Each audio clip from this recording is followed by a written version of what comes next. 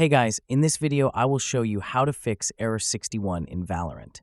Alright, let's begin. First, right-click on the taskbar at the bottom of your screen and select Task Manager.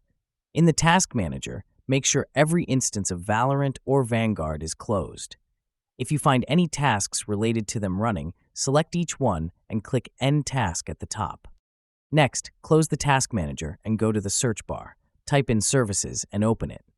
Inside the Services window, click anywhere and press the V key to quickly locate VGC.